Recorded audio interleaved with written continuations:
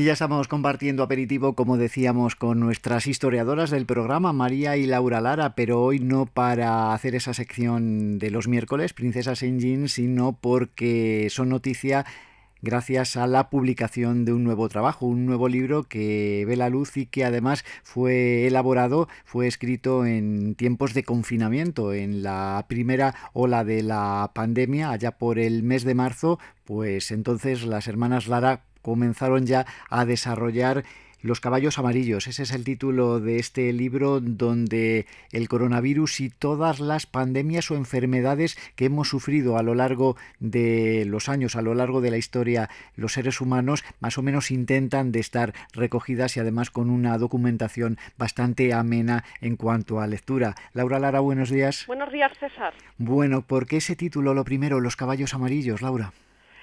Nuestro nuevo libro es una historia clínica, así lo hemos escrito María Lara y yo, con el título de Los caballos amarillos, enfermedades que nadie vio venir.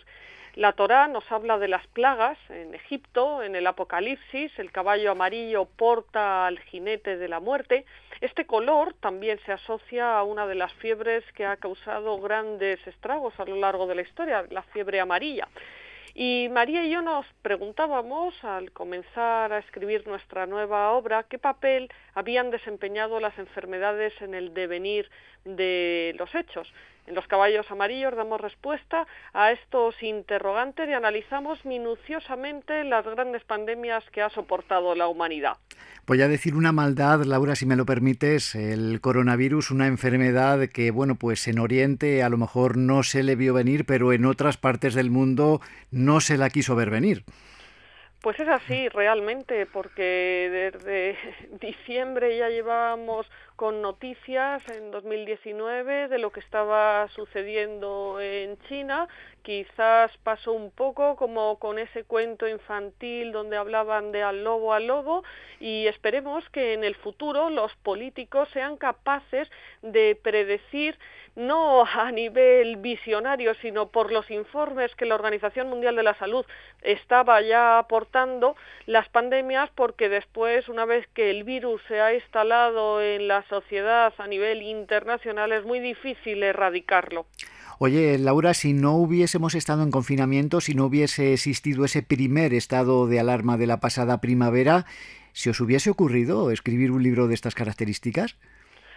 Era algo que María y yo llevábamos entre manos a nivel mental, desde el punto de vista de la historia clínica y de la historia de la ciencia, el analizar las enfermedades, pero sin lugar a dudas fue el coronavirus el detonante que nos impulsó a dejar otros libros que teníamos en proyecto para anticipar este, que adelantó a los otros contratos, y así que Los caballos amarillos fueran poco a poco avanzando a lo largo de esas semanas de confinamiento desde nuestros escritorios. Son 12 capítulos los que componen esta obra, Los caballos amarillos, enfermedades que nadie vio venir, que, si te parece, Laura, ahora María nos va a tratar de sintetizar durante los siguientes minutos, ¿vale?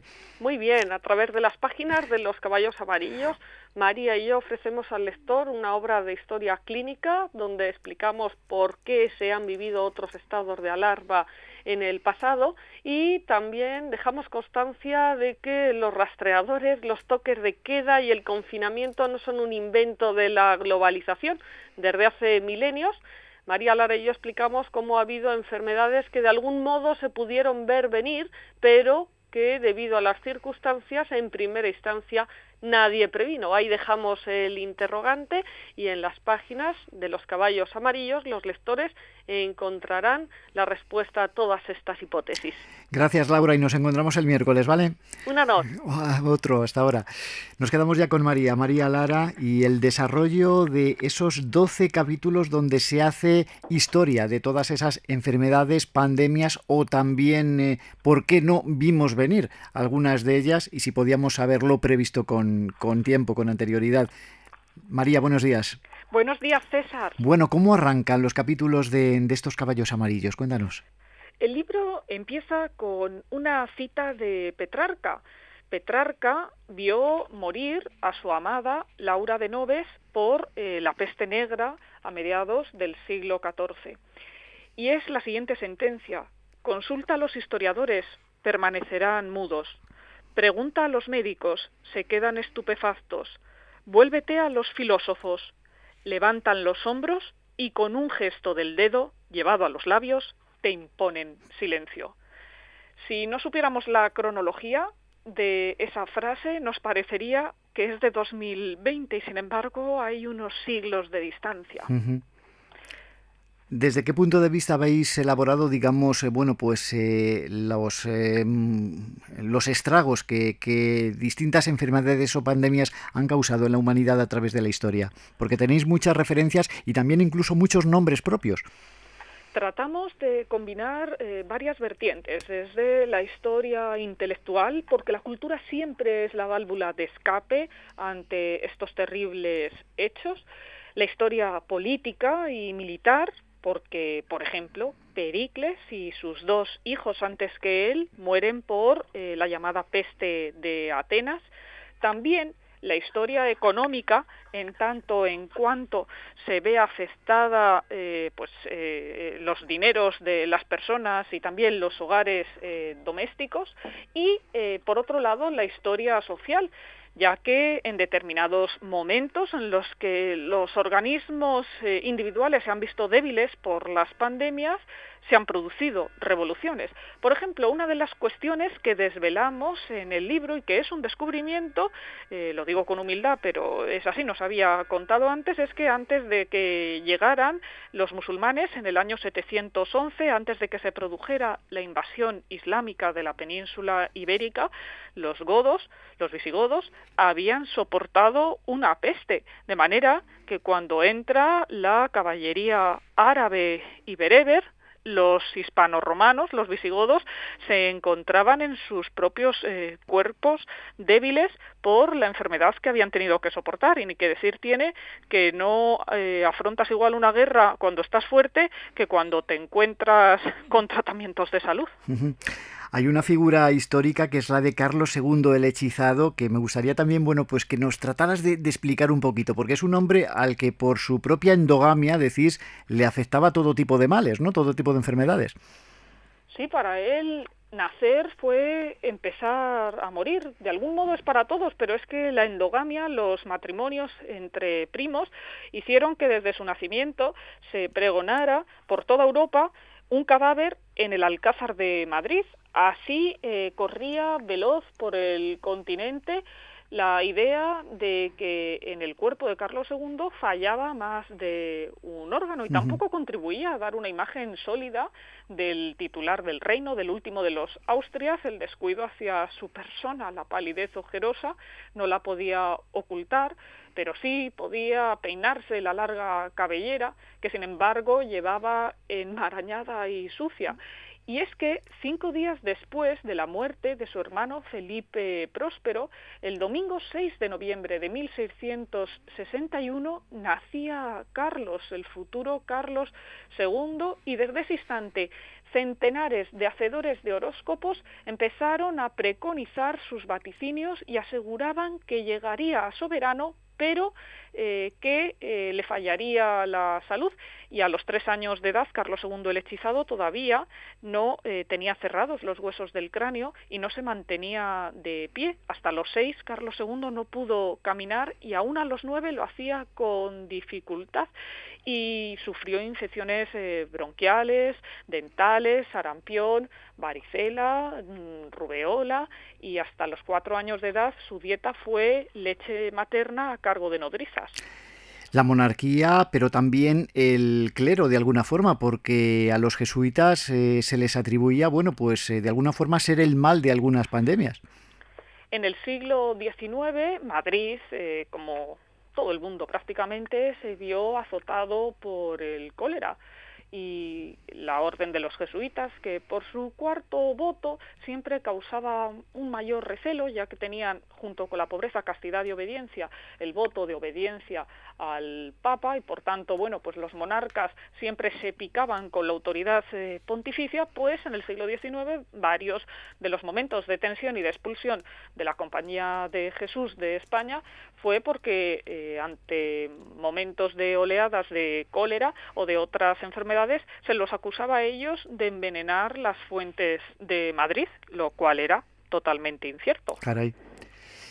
En fin, cantidad de datos históricos y curiosidades en este libro, Los caballos amarillos. También habláis de la tuberculosis como una enfermedad romántica. ¿Por qué? ¿A qué hace referencia esta alusión, María? Con 28 años muere de tuberculosis Alfonso XII. Había enviudado de su primera esposa, María de las Mercedes.